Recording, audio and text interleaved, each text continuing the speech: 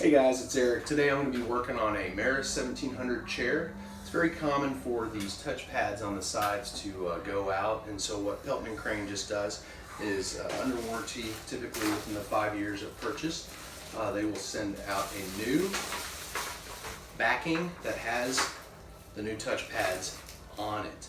It's very easy to do. All you need is a 4mm Allen wrench, and you can access these bolts here on the unit. These are Phillips right here, and it's as simple as removing the old backing and plugging the new backing in and reattaching it to the chair. First thing you're going to do, which is not shown here, is you're going to pull up on the headrest just to remove it. Then you're going to use a Phillips screwdriver to remove these two Phillips screws.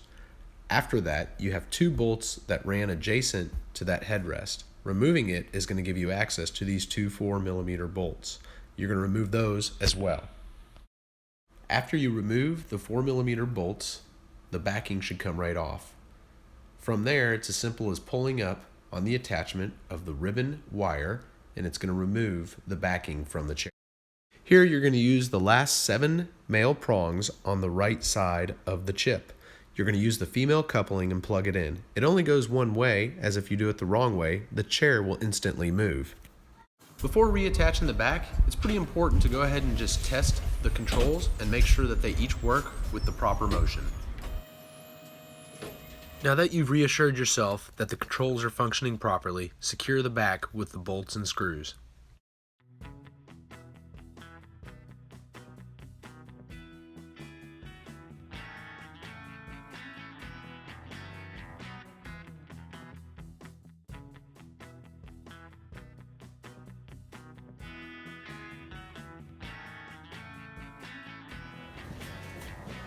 So it's as simple as using a screwdriver, a 4mm Allen wrench, plugging something in, and putting the headrest back.